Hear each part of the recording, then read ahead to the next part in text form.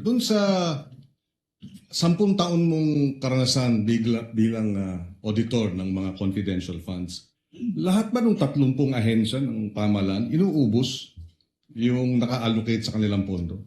Meron pong iba na hindi po. Merong iba. Yes po. So merong nauubos. Yes po. At dito sa mga hindi nauubos, saan napupunta?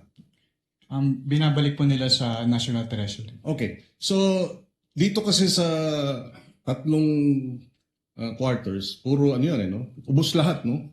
2022, 2023 first quarter, second quarter, diba? Yung mga inaudit mo, ubos lahat, di ba? Based on the documents po, Yes. yes po, Your Honor. Yes, okay. So, pero merong mga ahensya hindi inuubos. Yes po, sa pagkakaalala ko. Dito naman sa usapin nung,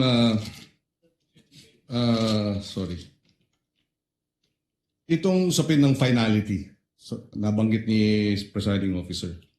So, pagka nasa pending sa Supreme Court, hindi pa final, no?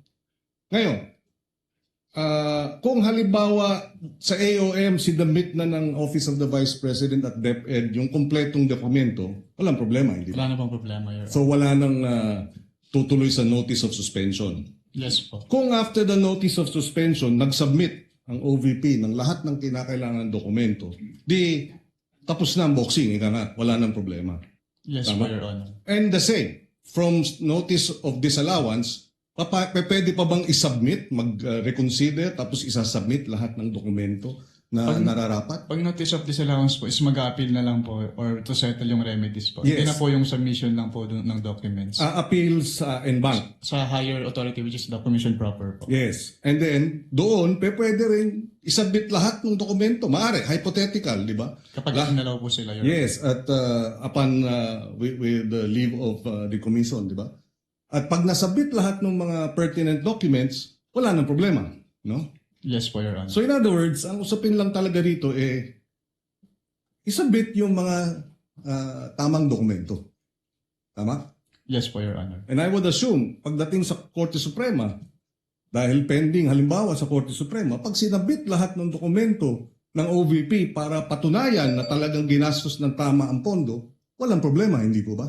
Yes po, Your Honor. So dokumento, ebidensya ng dokumento ng gastos ang usapin dito para mawalang sala o hindi matuloy itong mga disallowances ng COA Yes po, Your Honor. na nagkakahalagang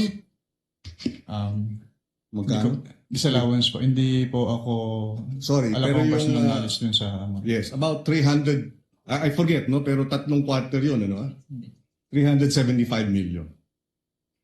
No, for the OVP, Senator Judge Pangilinan, I think the notice of disallowance only pertains to about 73 For the OVP. million. Only for the last quarter. Yes, for the Wala last pa namang quarter. ND lahat ng quarters eh. Sa No pagkakaalam ko, disallowance hindi pa pinapresenta. pero may mga suspension. Yes. But we're Hindi pa talking pinapresenta. about several hundred millions na kung masamite lang yung tamang dokumento, wala tayong issue. Yes po, Your Honor. Thank you.